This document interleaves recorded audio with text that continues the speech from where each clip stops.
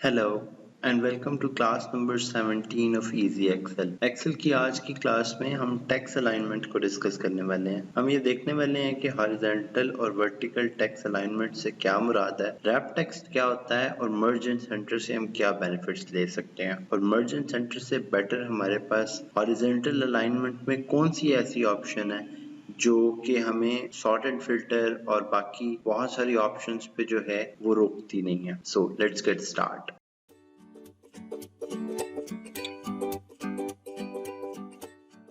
जब भी हम कोई टेक्स्ट एक्सेल में लिखते हैं तो उसकी एक तो हॉरिजॉन्टल अलाइनमेंट हो रही होती है और एक वर्टिकल अलाइनमेंट हो रही होती है। हॉरिजॉन्टल अलाइनमेंट में जो हमारे पास ऑप्शंस मौजूद हैं वो मेनली जनरल से स्टार्ट हो जाती हैं। जनरल फॉर्मेटिंग के अंदर आप कोई भी चीज लिखेंगे वो लेफ्ट अलाइनमेंट आ रही होगी या एक्सेल उसको अपनी मर्जी से अलाइनमेंट्स दे देगा, लाइक नंबर्स को वो राइट अलाइन कर देगा, टेक्स्ट को वो लेफ्ट अलाइन कर देगा एंड लाइकवाइज वो जो उसका स्ट्रक्चर है, जो उसका फॉर्मेट होगा वो उसके अकॉर्डिंगली उसकी अलाइनमेंट कर देगा। अब इसके अलावा हम लोग कुछ फॉर्मेटिंग्स खुद भी कर सकते हैं। मिसाल के तौर पे मैं किसी भी टेक्स्ट को लेफ्ट अलाइन कर सकता हूँ, वो लेफ्ट साइड पे शुरू हो रहा होगा और वो लेफ्ट टू राइट मूव कर रहा होगा, या मैं उसको सेंटर अलाइन कर सकता हूँ। अब सेंटर अलाइन में क्या हो रहा होगा कि वो अपने सेल की टोटल स्पेस कैलकुलेट करके दोनों साइडों पे इक्वल जगह छोड़ के उसको ऑक्युपाई करवा देगा। राइट अलाइन टेक्स्ट में क्या हो रहा होगा कि वो राइट साइड पे उसकी अलाइनमेंट जो है वो हमें शो करवा देगा। और ये तीनों options left alignment, centre alignment और राइट अलाइनमेंट ये हमारे टूल बार में मौजूद है। ठीक है, इसके बाद हमारे पास एक ऑप्शन आती है फिल।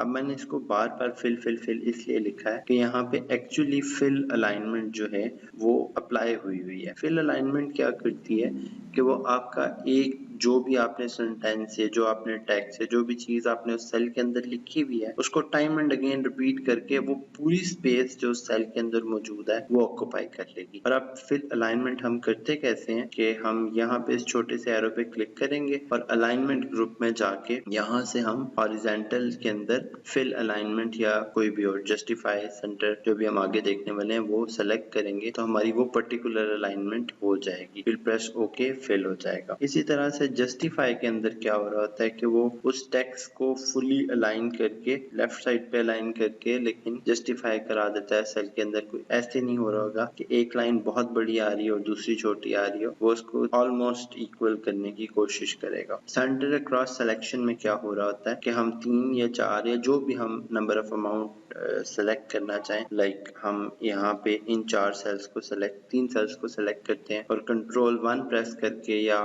पर बॉटम पे क्लिक करके अलाइनमेंट ग्रुप में जाके सेंटर अक्रॉस सिलेक्शन करते हैं। अब मैं जो भी टेक्स्ट टाइप करूंगा वो इन सेल्स के सेंटर में आ रहा होगा। लाइक इजी एक्सेल हमने लिखा है तो हमने तो H10 में लिखा हुआ है लेकिन वो डिस्प्ले कहाँ हो रहा है आपको अगर आप देखें, विजुअली देखें तो वो I10 में डिस्प्ले हो रहा है। तो इसका मतलब है कि HIJ10 के अंदर सेंटर अक्रॉस सिलेक्शन की ऑप्शन सिलेक्ट हुई हुई है और हमारा टेक्स्ट जो है वो सेंटर में नजर आ रहा है। डिस्ट्रीब्यूटेड के अंदर क्या होता है कि डिस्ट्रीब्यूटेड में वो कोशिश करता है कि वो टेक्स्ट की स्पेसिंग को बढ़ा दे और उसको इस तरह से मैनेज करे कि पूरा सेल ऑक्युपाइड नजर आए। आप देख रहे हैं एक्सेप्शनली ज्यादा जो है वो स्पेसेस हैं दिस और इस के दरमियान, इस और डिस्ट्रीब्यूटेड के दरमियान स्पेस ज्यादा है। ठीक है, तो वो क्या करने की कोशिश कर रहा है कि वो पूरे सेल के अंदर उस कंटेंट को फिट इन करने की कोशिश कर रहा है। जो 3 बहुत कॉमनली यूज होने वाली ऑप्शंस हैं वो यही हैं। आपका लेफ्ट अलाइनमेंट, इसमें देखें कि सेल के अंदर उसने लेफ्ट अलाइन रखा हुआ है एंड नेक्स्ट सेल के अंदर वो मूव हो रहा है। जस्टिफाई में क्या कोशिश करेगा कि वो टेक्स्ट को इक्वली दोनों लाइनों में डिवाइड करने की कोशिश करेगा। और डिस्ट्रीब्यूटेड में क्या होगा कि वो इक्वली दोनों लाइंस के अंदर या जितनी भी लाइंस वो बनाएगा उसके अंदर उसको वो सेट इन कर लेगा। नेक्स्ट ऑप्शन हमारे पास क्या आ रही है कि हम वर्टिकली अलाइन कैसे कर सकते हैं। हम टेक्स्ट को वर्टिकली अलाइन जो है ना वो 5 डिफरेंट तरीकों से कर सकते हैं। अगर आप टॉप अलाइन करेंगे तो वो लेफ्ट साइड पे टॉप अलाइन करेगा और सेल में आपको ऊपर जो है वो टेक्स्ट नजर आ रहा है, नीचे स्पेस नजर आ रही हो। सेंटर अलाइन में वो क्या करेगा कि ऊपर और नीचे इक्वल स्पेसेस छोड़ के सेंटर के अंदर टेक्स्ट को ले आएगा। बॉटम, जैसे कि नाम से पता चल रहा है कि बॉटम अलाइनमेंट में वो बॉटम पे टेक्स्ट को अलाइन कर देगा। जिस तरह से हॉरिजॉन्टल की पहली 3 ऑप्शंस हमारे पास ऊपर टूल बार में मौजूद है, इसी तरह से वर्टिकल की भी तीनों ऑप्शंस टॉप, सेंटर और बॉटम ऊपर मौजूद है। जस्टिफाइड के अंदर वो क्या करेगा कि वो कोशिश कोशिश करेगा इक्वली टेक्स्ट को डिवाइड कर देने की लाइंस के अंदर। जब भी आप वर्टिकल अलाइनमेंट को जस्टिफाई करेंगे, दिस सिंपली मीन्स कि आपने रैप टेक्स्ट की ऑप्शन ओके कर दिया। इसके बाद एक और ऑप्शन जो है वो हम लोग डिस्ट्रीब्यूटेड की देख सकते हैं, वो भी यूज हो रही होगी। तो उसमें मोर और लेस जो है सेल एक ही जैसा बिहेव कर रहे होंगे जस्टिफाइड और डिस्ट्रीब्यूटेड में, कि वो इक्वली उनको आपस में डिवाइड करवा देगा। अच्छा, अब ये पांचों ऑप्शंस हैं, इनमें से 3 तो मैंने आपको बता दिया कि टूल बार में अवेलेबल हैं, बाकी की 2 आप कंट्रोल 1 प्रेस करके या फॉर्मेट सेल्स के अंदर जाके अलाइनमेंट ग्रुप में देख सकते हैं कि वर्टिकल डिस्ट्रीब्यूशन में आपके पास पांचों ऑप्शंस आ रही हैं। यू क्लिक ओके तो वो ऑप्शन अप्लाई हो जाएगी। ओके, समटाइम्स अब हम कोशिश ये कर रहे होते हैं कि हम कोई भी टेक्स्ट लिखें और वो उस पर्टिकुलर सेल के अंदर पूरा आ जाए, तो हमारे पास ना एक्सेल इस सूरत में 2 ऑप्शंस देता है।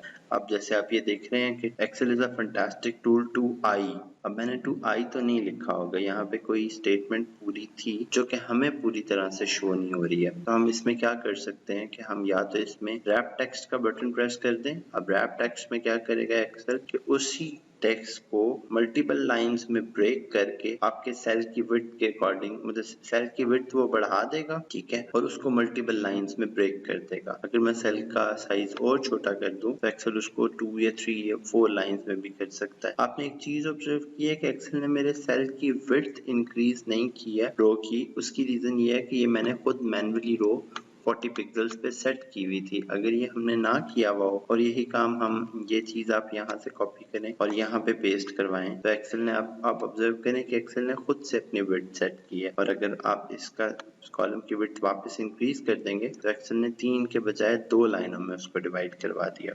नेक्स्ट ऑप्शन जो आपके पास है जिसकी मदद से आप सेल का कंटेंट उस सेल में पूरा कर सकते हैं, वो है आपके पास श्रिंक टू फिट। अब श्रिंक टू फिट की ऑप्शन अगर हम यहाँ पे अप्लाई करें, ठीक है, हम फॉर्मेट सेल्स में जाते हैं और जाके करते हैं अलाइनमेंट से श्रिंक टू फिट। तो जैसे कि नाम भी बता रहा था कि वो उस कंटेंट को इतना छोटा कर देगा इर्रिस्पेक्टिव ऑफ दिस कि वो रीडेबल है या नहीं है, वो उसको इतना छोटा कर देगा कि वो आपके उस सेल के अंदर पूरा आ जाएगा।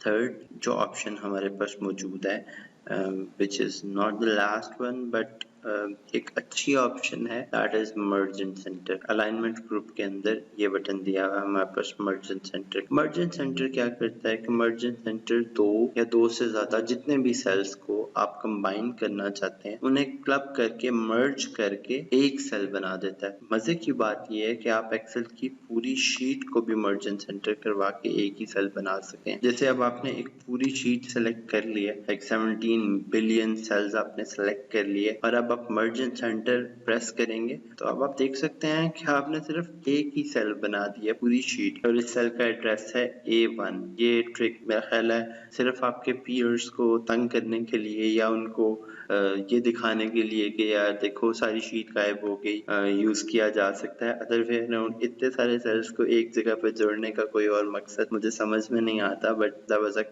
ट्रिक के जो आप यूज कर सकते हैं। मर्जेंट सेंटर में हमारे पास 3 ऑप्शंस हैं। आप सबसे पहले कर सकते हो मर्जेंट सेंटर। मर्जेंट सेंटर जैसे कि नाम भी बता रहा है कि आप इन 2 सेल्स को पकड़ के इकट्ठा सेलेक्ट करेंगे, you will press Merchant centre, तो उन्होंने दोनों सेल्स को एक जगह पे कर लिया। आप ऑब्जर्व कीजिए कंटेंट नहीं चेंज हुआ, कंटेंट दोनों सेल्स का नहीं रहेगा, कंटेंट हमेशा टॉप लेफ्ट कॉर्नर वाले सेल का ही फॉलो होएगा। आप जितने भी सेल सेलेक्ट करेंगे कंटेंट वही वाला रहेगा, बाकी सबको वो गायब कर देगा। और अगर आपका नीचे ऑलरेडी कहीं पे कोई टेक्स्ट लिखा हुआ होगा तो एक्सेल एक प्रॉम्प्ट करता है कि जी ये आप वाकई में करना चाह रहे हैं, और अगर आप उसे अलाउ करेंगे तो it will do it. Second option आपके पास क्या है मर्जेंट सेंटर में कि आप एक पूरी रो सेलेक्ट करें और उसके बाद आप मर्ज क्रॉस का बटन क्लिक कर लें, या आप कुछ मल्टीपल सेल्स को सिलेक्ट करके मर्ज क्रॉस का बटन सिलेक्ट करें तो आपकी वो पूरी रो जो है वो मर्ज हो जाएगी। ठीक है जी, वो एक सेल बन जाएगा, आप एक रो का एक सेल बन गया। ठीक है, थर्ड ऑप्शन आपके पास है मर्ज सेल्स, वो हमने ऑलरेडी देख लिया। मर्ज सेल और मर्जेंट सेंटर में डिफरेंस ये है कि मर्ज सेल में वो सिर्फ मर्ज करेगा और लेफ्ट अलाइनमेंट पे छोड़ देगा, या अलाइनमेंट आपकी मर्जी की होगी।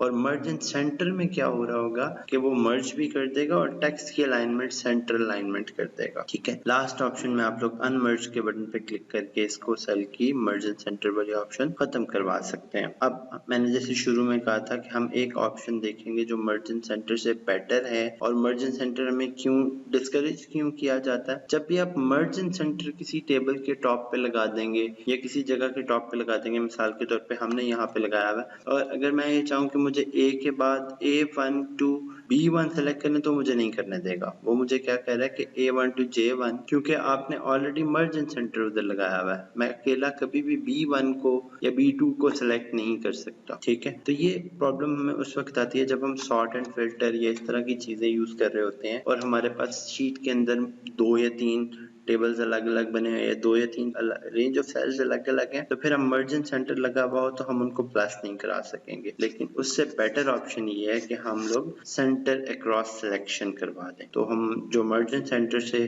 शीट के सेंटर में लिखना चाह रहे होते हैं वो हम सेंटर अक्रॉस सिलेक्शन से लिख सकते हैं। इसके बाद एक लास्ट ऑप्शन है हमारे पास कि हम टेक्स्ट को एंगुलर डिस्प्ले कैसे दे सकते हैं। अब सिंपली यहाँ से पकड़ के उसको क्लॉकवाइज, एंटी क्लॉकवाइज या जैसे भी आप उसको रोटेट करना चाहें आप करवा सकते हैं, और उसके बाद आप उसका डिग्री ऑफ अलाइनमेंट जो है वो भी चेंज करवा सकते हैं। आप यहाँ ओरिएंटेशन में आएंगे और ओरिएंटेशन से पकड़ के आप जहाँ तक उसका एरो ले जाएंगे, टेक्सल जो है उस टेक्स्ट की अलाइनमेंट को अकॉर्डिंगली मैनेज करवा देगा। That's it for today. Hope आपको आज की वीडियो में कुछ ना कुछ नया जरूर मिला होगा। Thanks for watching. Please hit the like and subscribe button.